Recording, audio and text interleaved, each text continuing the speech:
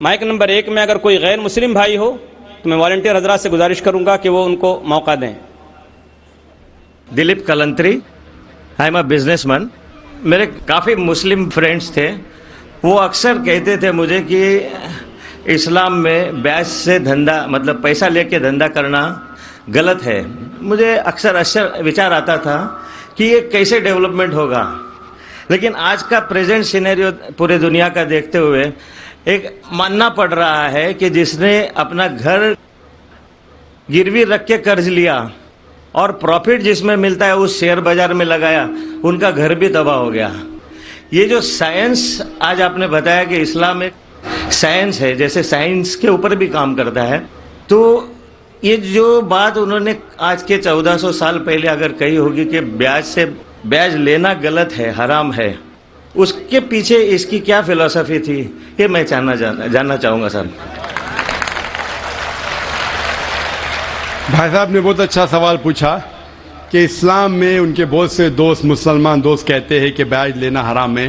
وہ یہ نہیں جانتے تھے کیوں حرام ہے، لیکن ابھی پتہ چلا کہ جو دنیا کی حالت ہے اکنامک میلٹ ڈاؤن میں، وہ جاننا چاہتے ہیں کیوں یہ حرام ہے۔ اور قرآن مجید میں کم سے کم 8 جگہ لکھا ہے بیاج کے بارے میں۔